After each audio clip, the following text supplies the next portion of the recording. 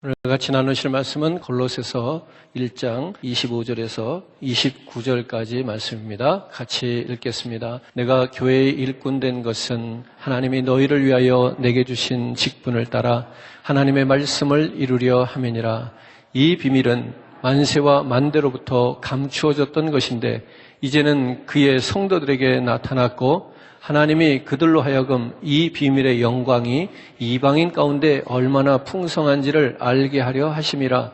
이 비밀은 너희 안에 계신 그리스도시니 곧 영광의 소망이니라. 우리가 그를 전파하여 각 사람을 권하고 모든 지혜로 각 사람을 가르침은 각 사람을 그리스도 안에서 완전한 자로 세우려 함이니 이를 위하여 나도 내 속에서 능력으로 역사하시는 이의 역사를 따라 힘을 다하여 수고하노라. 아멘. 오늘 말씀의 제목을 같이 읽죠. 너희 안에 계신 그리스도. 아멘. 오늘은 너희 안에 계신 그리스도에 대한 말씀을 나누겠습니다. 오늘 우리가 예수를 믿는데요.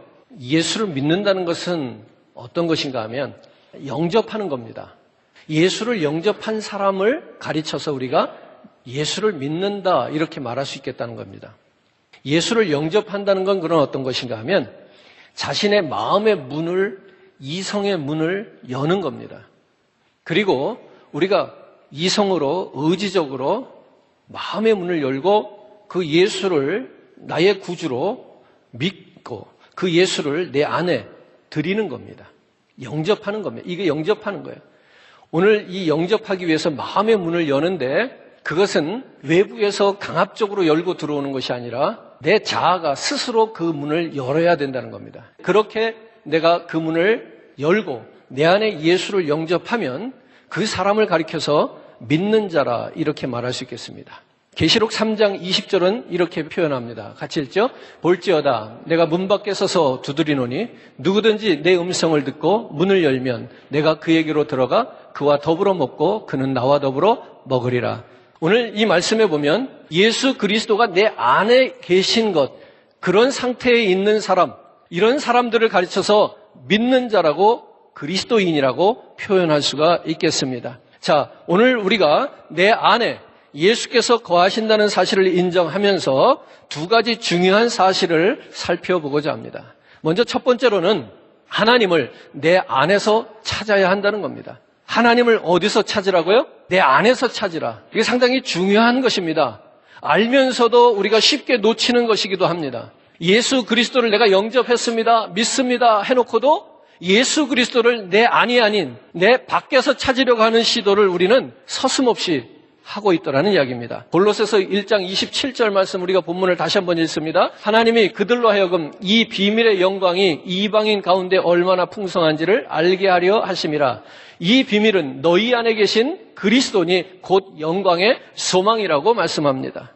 비밀이 무엇이라고 27절에 말씀했는가 하면은 그리스도가 내 안에 계신 것, 이것이 비밀이다라고 성경이 밝히고 있습니다. 그런데 우리들은 종종 그리스도가 마치 저 멀리 계신 것처럼, 그리고 저 멀리서부터 우리가 열심히 기도하고 간구하고 찾고 부르짖으면 내게 조금씩 가까이 와주시는 것처럼 생각하는데 이것은 잘못된 것입니다. 구약시대에서 하나님은 그랬습니다. 저 멀리 계셨습니다. 구약시대의 성도들은, 하나님의 백성들은 하나님을 찾았습니다.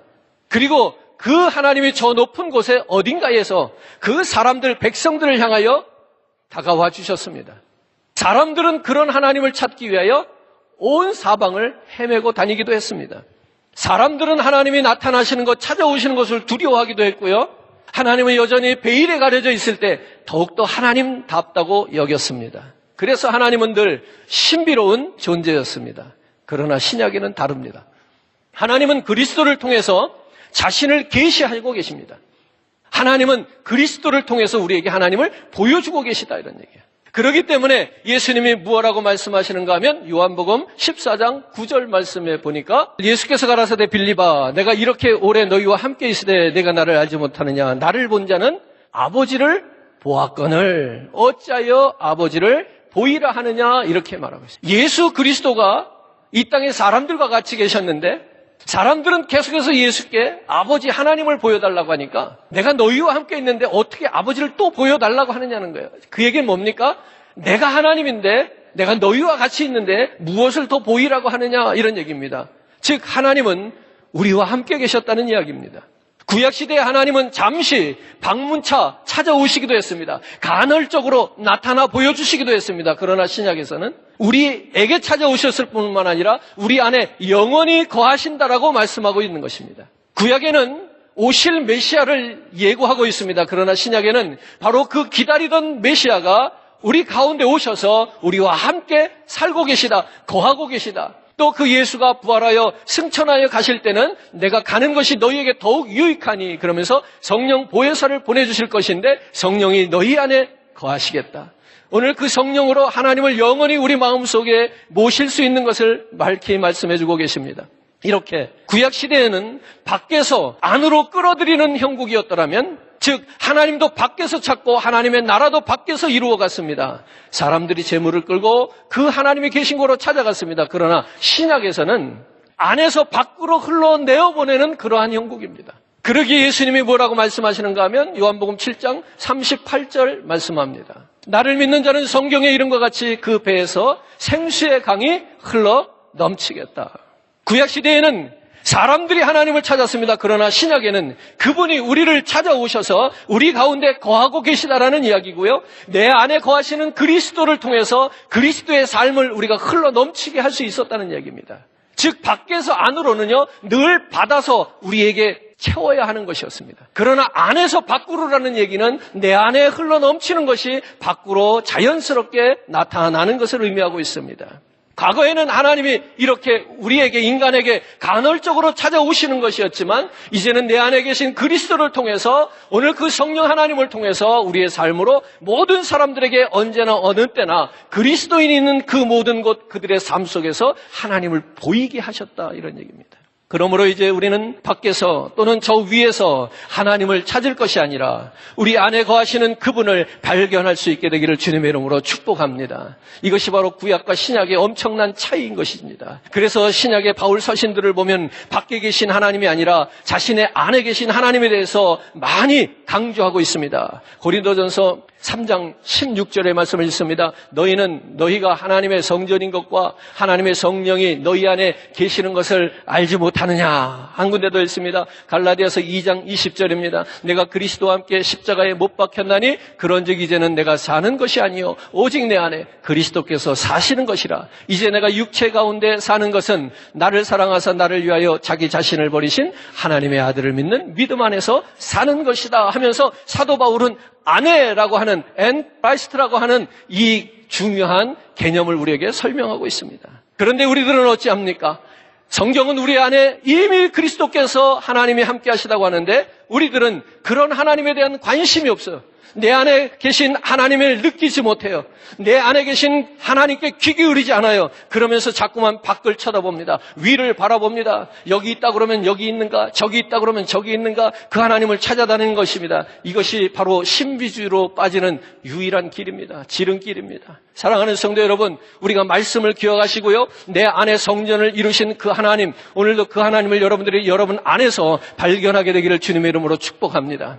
이때 우리들이 이 말씀을 함께 기억할 수 있기를 바라는데요. 로마서 8장 26절의 말씀입니다. 읽습니다. 이와 같이 성령도 우리의 연약함을 도우시나니 우리는 마땅히 기도할 바를 알지 못하나 오직 성령이 말할 수 없는 탄식으로 우리를 위하여 친히 간구하시느니라. 우리가 하나님 앞에 구할 것도 우리가 알지 못한다고 그래요. 맞습니다. 오늘 우리는요 내 안에 하나님이 계신데도 그 하나님이 어디 계신지 모를 때가 있더라는 얘기고요. 또 하나님께서는 그 일을 통해서 탄식하시는데 뭐라고 탄식하시겠어요? 야 아무개야 너는 나를 어디서 찾느냐? 이게 하나님의 탄식이라고요. 내가 이미 너희에게 왔고 내가 이미 너희 안에 있는데 너는 어디서 나를 찾느냐는 거예요. 왜 자꾸만 밖에서 엉뚱한 데서 하나님을 찾냐는 거예요. 그런 수고를 하냐는 거예요. 왜 그렇게 힘을 낭비하냐는 거예요. 그러다가 결국에는 찾지 못하니까 거기 없으니까 못 찾는 거예요. 그러니까 마지막에는 어떻게 돼요? 낙심하고요 좌절하고 실망하면서 거기 하나님이 없다는 거예요. 하나님은 이미 내 안에 계신데 내 안을 들여다보지 아니하고 내 마음의 성전을 그것을 돌아보지 아니하고 하나님을 늘 밖에서 찾는 거지요. 그래서 성령 하나님은 오늘도 탄식하는 겁니다. 나는 이미 내 안에 있느니라. 더 이상 우리들은 하늘로부터 무엇인가가 내려오기를 기대하지 않게 되기를 바랍니다. 잘 보세요. 우리가 그런 생각, 그런 개념, 그게 늘상 우리 몸에 배어 있는 이유가 있어요. 우리는요, 기독교가 우리 한국에 들어와서 우리가 신앙생활을 한 것이요, 불과 길면 3대, 4대, 혹은 5대 가는 정도가 있을 거예요. 어떤 사람들은요, 당대에 내가 예수를 믿는 거예요. 그렇다면 우리 한국 사람들은 자연스럽게 그 전에 뭘 했겠어요? 뭘 했겠어요, 우리가? 우리 부모들이, 조상들이 뭘 했어요? 빌었어요. 비나이다, 비나이다, 빌었어. 이 개념이 우리들에게 아직도 남아있는 거예요. 예수를 믿었음에도 불구하고 이것이 깨끗하게 정리가 된 게 아니고요. 자연히 우리는 빌어서 하나님을 불러오려고 그러는 습성이 남아있단 말이에요. 하나님을 그렇게 지성이면 감천으로 그렇게 받아들이면 곤란해요. 성경은 그런 개념을 가지고 있지 않아요. 오늘 저와 여러분들이 정성을 들여서 하나님을 부르면 하나님이 쓱 하고 나타나 주시는 그런 하나님 아니에요. 우리는요, 지독하게도요, 오랜 한국의 역사 속에서요, 그런 미신적인 요소들이 우리 몸속에 잠재되어 있단 말이에요.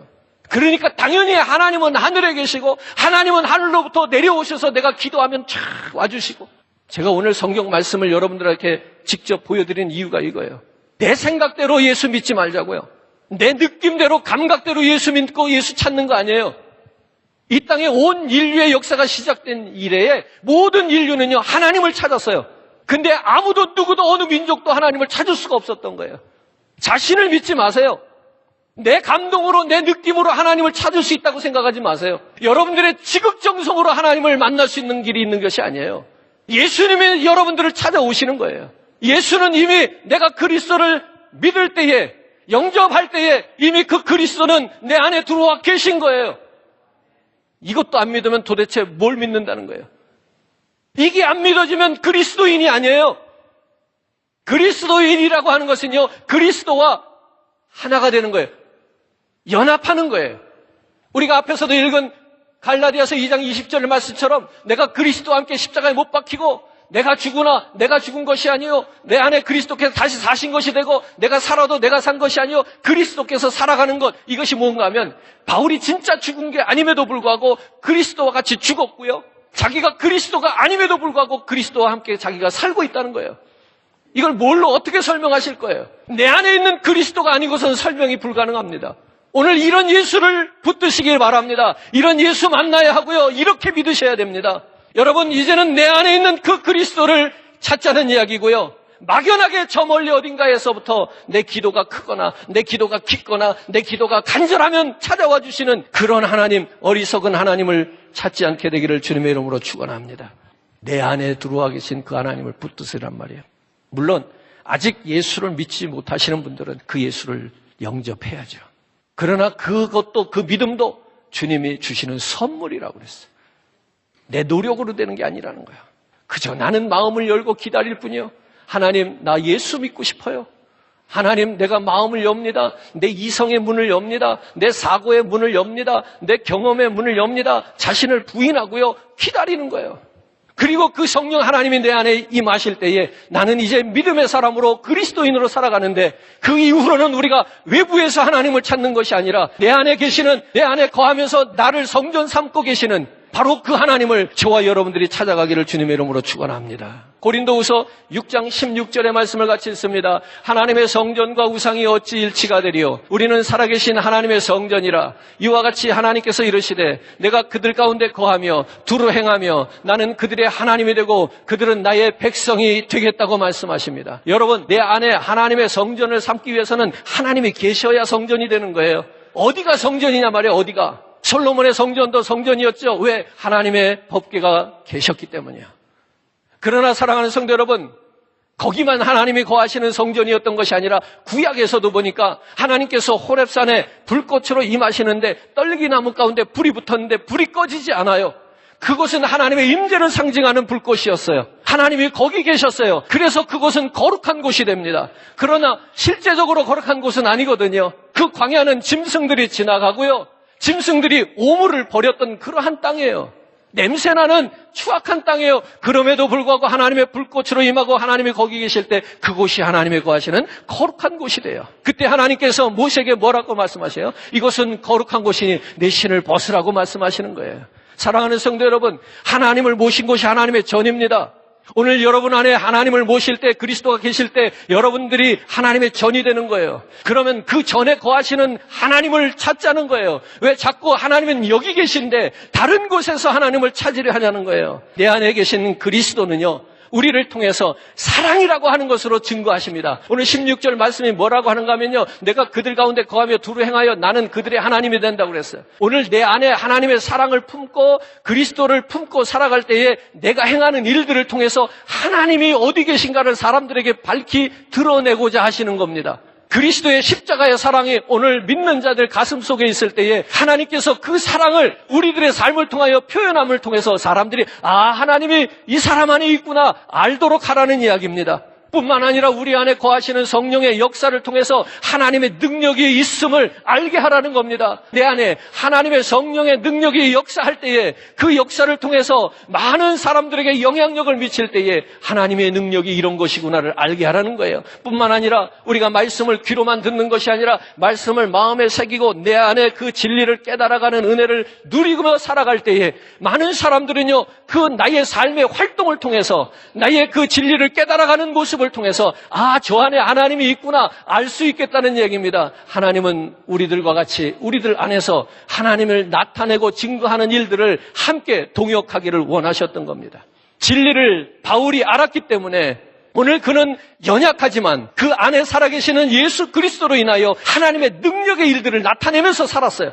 그래서 사도 바울의 일생을 통해서 수많은 사람들이 그 안에 그리스도가 계시다는 것을 의심치 않게 되었어요. 바로 이걸 하나님이 원하시는 거예요. 오늘 저와 여러분들에게도 우리 안에 그리스도의 십자가의 사랑으로, 성령의 능력으로, 말씀의 진리를 깨닫는 은혜로 우리가 살아갈 때에 사도 바울과 같이 우리의 삶을 통해서 하나님을 밝히 드러내면서 살 수 있겠다. 하나님은 하나님 되심을 저와 여러분 성도들을 통해서, 믿는 자들을 통해서 나타내시기를 원하시는 겁니다. 한 가지 이제 물어보겠습니다. 여러분 안에 예수가 계십니까? 그렇다면 하나님이 능력자이심을 믿으십니까? 하나님이 모든 지혜의 근본이 되심을 믿으십니까? 하나님은 그 전능하심으로 모든 문제를 해결하시는 하나님이심을 믿으십니까? 그분은 전도에도 능한 자이심을 믿으십니까? 모든 것에 뛰어난 분이심을 믿으십니까? 그렇다면 오늘 우리는 더 이상 염려할 필요가 있습니까? 없습니까? 그런데 뭘 우리가 그렇게 염려하며 살까요? 오늘 저와 여러분들이 이 그리스도 내 안에 이 하나님 모시고 살면 내 삶이 행복해진다는 얘기를 하고 있는 거예요. 자, 이 말을 거꾸로 하면 행복한 사람이 믿는 사람이에요. 모든 행복한 사람이 행복하게 보이는 사람들이 믿는 사람이라고 할 수는 없지만 믿는 사람은 반드시 무엇을 믿어요? 하나님의 우리가 앞에 열거한 이 하나님의 놀라운 능력, 하나님의 은혜, 하나님의 이 기적을 믿기 때문에 모든 것을 해결하는 해결자가 되심을 믿기 때문에 모든 것보다 뛰어난 분이심을 믿기 때문에 오늘 우리의 삶의 고난을 극복하는, 그래서 행복한 삶을 살 수밖에 없다는 얘기예요. 자, 다시 정리하겠습니다. 내 안에 누가 살아계십니까? 예수가 살아있을 수도 있고요, 여전히 내가 살아있을 수도 있습니다. 아니면 제 삶의 무엇인가가 내 안에 살아있을 수도 있습니다. 내 안에 살아계신 그것이, 그분이 나를 움직이는 거예요. 자, 생각해 보세요.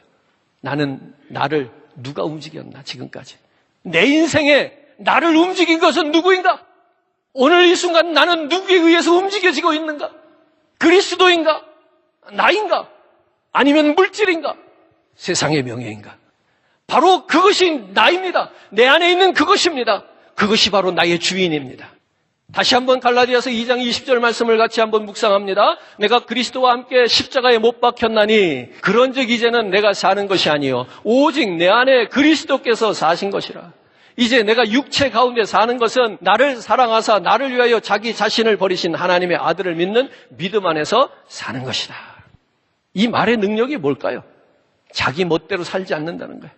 이제는 내가 그리스도와 함께 십자가에 내 인간 바울 자신을 죽인 이후에는 지금 살아서 움직이는 이 순간은 내가 산 것이 아니요 내 안에 그리스도가 살아서 내 뜻대로 내 멋대로 내가 살고 싶은 대로 사는 것이 아니라 내 안에 계신, 내 안에 살아계신 그분의 뜻대로 그분이 원하는 삶을 살겠다는 고백이에요. 두 번째입니다. 예수는요 최고의 보배가 되십니다. 내 안에 계신 그 예수 하나님은요 내 삶의 최고의 가치, 보배인 것입니다. 오늘 몇 절 말씀을 같이 읽겠습니다. 골로새서 2장 3절부터 읽어요. 그 안에는 지혜와 지식의 모든 보화가 감추어져 있느니라. 요한복음 14장 6절 예수께서 이르시되 내가 곧 길이요 진리요 생명이니 나로 말미암지 않고는 아버지께로 올 자가 없겠다. 요한복음 1장 3절 만물이 그로 말미암아 지은 바 되었으니 지은 것이 하나도 그가 없이는 된 것이 없느니라. 로마서 11장 36절 이는 만물이 주에게서 나오고 주로 말미암고 주에게로 돌아감이라 그에게 영광이 세세에 있을지어다. 아멘. 이 말씀들을 한마디로 정리해서 여러분과 나누자면 무슨 이야기인가 하면 예수 그리스도는 보배이고요. 예수 그리스도는 전부이고요. 예수 그리스도는 세상의 그 어떤 것과 비교할 수 없는 분이시라는 이야기입니다. 오직 그분이 전부예요. 더 이상 필요한 것도 없고 부족한 것도 없고요. 상의할 것도 없고요. 타협할 것도 없다는 얘기예요. 한마디로 예수는 이 세상의 모든 것이 되기 때문에 우리가 원하는 것들, 우리가 필요로 하는 것들, 그것과 비교하면서 살아갈 수 있는 것이 아니라는 겁니다. 묻겠습니다. 예수는 돈보다 큽니까? 작습니까? 가장 이 세상에서 크게 느껴지는 게 제가 말씀을 묵상하면서 보니까 돈이더라고요. 돈. 예수에 이끌려 삽니까? 돈에 이끌려 삽니까? 내가 선택할 때 예수를 선택합니까? 돈을 선택합니까?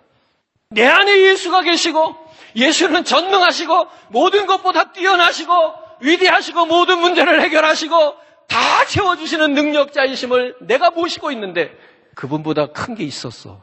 돈이네. 예수 믿는 게 이렇게 어려운 거예요. 저도 이 시대에 이 물질 만능 자본주의 시대에 붙들려 살고 있어요. 교회가 그렇게 하고 있어요, 지금. 하나님의 일, 주님의 일을 하면서도 돈하고 있는 거예요. 그런데 우리가 돈이 예수보다 작다라고 누가 감히 말하냐 말이에요. 하물며 우리의 일생에 있어서 정말로 우리가 수고하고 얻어서 이익을 남기고 이윤을 얻어서 잘 먹고 잘 살고 내가 성공하고 이루고 이런 계획들 속에서 우리는 돈 앞에 얼마나 부끄러웠냐 말이에요. 돈 앞에 무릎을 꿇었고 돈과 타협했고 돈 앞에서 비굴해지지 않았냐 말이에요. 그럼에도 불구하고 우리는 입술로는 뭐라고 늘 그렇게 고백해요. 예수가 돈보다 큽니다. 예수가 돈보다 크다고요? 정말 예수가 돈보다 큰가요? 오늘 우리는 이러한 형편에 있지만 누구나 모든 사람들이 그렇게 살았던 건 아니에요. 모세를 한번 예를 들어보면요. 히브리서 말씀을 참고하겠습니다. 24절부터 읽어요. 믿음으로 모세는 장성하여 바로의 공주의 아들이라 칭함받기를 거절하고 도리어 하나님의 백성과 함께 고난받기를 잠시 죄악의 낙을 누리는 것보다 더 좋아하고 그리스도를 위하여 받는 수모를 애굽의 모든 보화보다 더 큰 재물로 여겼으니 이는 상주심을 바라봄이라. 모세는요. 자기가 바로의 공주의 아들인데요. 그걸 버려요. 도리어 하나님의 백성과 함께 고난받기를 잠시 죄악의 낙을 누리는 것, 애굽의 왕자로 사는 것보다 더 좋아했대요. 그리스도를 위하여 수모를 얻는 것은요, 애굽에서 모든 왕자로 나중에 왕이 될 수도 있는 그가 거기서 평생 얻을 수 있는 보화보다 더 큰 재물로 여겼대요. 그렇지, 예수보다 돈이 크고 돈보다 예수를 크게 믿을 수 있는 사람이 과연 어디 있겠어? 내 현실과 처지와 우리들의 이 주변을 돌아보니 그런 사람이 눈에 띄지는 않을지 몰라도요. 성경에는요. 이런 인물들을 우리에게 소개하고 있어요. 이렇게 살 수 있다는 얘기예요. 세상 것 영광, 보화 다 버리고 그리스도의 순환을 자기 몸에 채워가면서 살아가는 사람이 있고요. 그렇게 우리도 할 수 있다는 거예요. 물론 우리는요. 대단히 지극히 계산적인 동물이죠. 그래서 남는 게 없으면 안 해요. 이롭지 않으면 안 해요. 그런데 오늘 성경이 우리에게 하나 힌트를 줬어요. 저는 26절 말씀이 참 의미 있게 다가왔는데 앞에서 우리는 다 물질에 대한 욕심이 있다고 그랬잖아요. 그 욕심 절대 못 버려요. 그러나 진짜 재물을 얻을 수만 있다면 가짜 재물은 버릴 수 있다는 얘기예요. 26절을 다시 읽어요. 같이 시작. 그리스도를 위하여 받는 수모를 애굽의 모든 보화보다 더 큰 무엇으로? 재물로 여기라는 거예요. 재물로. 그리스도를 위하여 받는 수모. 내가 그리스도를 위하여 예배생활하고 신앙생활하는 이 힘들고 어려운 일, 소모적인 것 같은 이 일, 이걸요 그냥 피상적인 것으로 이게 뭐 생기는 게 있어 없어 이러지 말고 그걸 재물로 카운트하라는 거예요. 그러면요 애굽의 보화를 포기할 수 있어요. 그래서 마지막 부분에 이렇게 말합니다. 이는 이렇게 할 수 있는 것은 하나님이 그에게 상 주심을 믿기 때문이다. 하나님께서 상 주시는 것을 믿는 그 믿음, 하나님이 주실 그 상급을 제물로 계산하라는 거예요. 지극히 계산적인 우리들에게 그래 네 계산대로 계산하라는 거예요. 올바르게 하라는 거예요. 그러나 우리의 현실은 어떻습니까? 주님을 위하여 충성 봉사하는 것보다 당장 오늘 1시간 더 일해서 내가 일당을 받는 것이 훨씬 더 유익하다고 생각합니다. 이롭다고 생각합니다. 그게 우리의 계산입니다. 근데 하나님은 다시 계산해 보라는 겁니다. 네가 평생 그렇게 수고해서 모아서 살다가 죽고 난 후에 네가 얻은 것이 무엇이 있느냐? 하나님께서 상 주시는 자인데 마지막 때에 그리스도의 고난을 함께한 그들에게 주신 상급을 한번 비교해 보라는 거예요. 이게 비교가 되는 사람은 애굽의 보화를 포기할 수 있겠다는 거예요. 바로의 공주의 아들의 자리를 버릴 수 있겠다고 말하는 겁니다. 애굽의 모든 부귀영화보다 누가 컸다는 거예요? 그리스도가 컸다는 거예요. 적어도 모세에게 말입니다. 바울을 보십시다. 빌립보서 3장 7, 8, 9절까지만 읽겠습니다. 그러나 무엇이든지 내게 유익하던 것을 내가 그리스도를 위하여 다 해로 여길 뿐더러 또한 모든 것을 해로 여김은 내 주 그리스도 예수를 아는 지식이 가장 고상하기 때문이라. 내가 그를 위하여 모든 것을 잃어버리고 배설물로 여김은 그리스도를 얻고 그 안에서 발견되려 함이니 내가 가진 의는 율법에서 난 것이 아니 오직 그리스도를 믿음으로 말미암은 것이니 곧 믿음으로 하나님께로부터 난 의라. 사도 바울도 이렇게 살았어. 어떻게 해요? 하늘의 것을 위하여 땅의 것을 버려요. 지극히 계산적인 사람이에요. 이 사람이 지금 정확하게 계산을 한 거예요. 땅의 것을 위하여 하늘의 것을 파는 자는 손해보는 거예요. 땅의 것을 팔아서 하늘의 것을 신령한 것을 사시겠습니까? 아니면 그 알량한 믿음 그거 팔아서 이 땅에 돈을 얻으시겠습니까? 이게 하나님의 계산법이에요. 우리 보러 다시 한번 차근차근히 잘 계산해보고 판단하라는 거예요. 무엇이 이익인지, 어떤 것이 손해인지 다시 한번 따져보라는 거예요. 모세도 사도 바울도 그런 계산을 했던 사람들이에요. 그들은요 한결같이 하늘에서 상이 큰 것을 기대했던 사람들이에요. 바울이 가지고 있던 것, 이 땅에서 우리들의 기준으로 볼 때 대단한 것이었어요.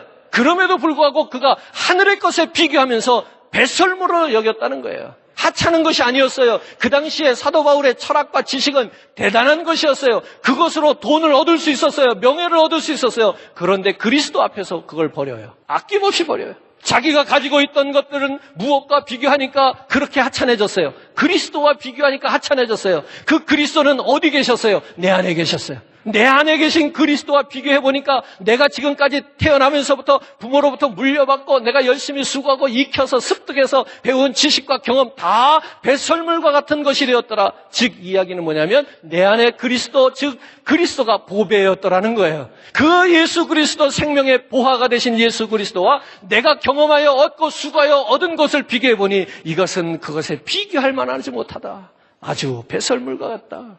예수는 이렇게 이 세상의 그 어떤 것과 비교할 수 없는, 바꿀 수 없는 보배라는 것을 믿으시기 바랍니다. 그러기 위해서 우리는 이 말씀을 기억합니다.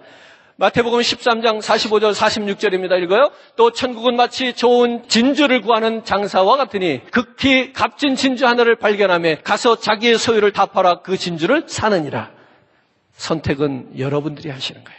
사랑하는 성도 여러분, 예수 믿고 우리가 하찮은 것에다가 이 귀한 것들을 다 버릴 수는 없잖아요.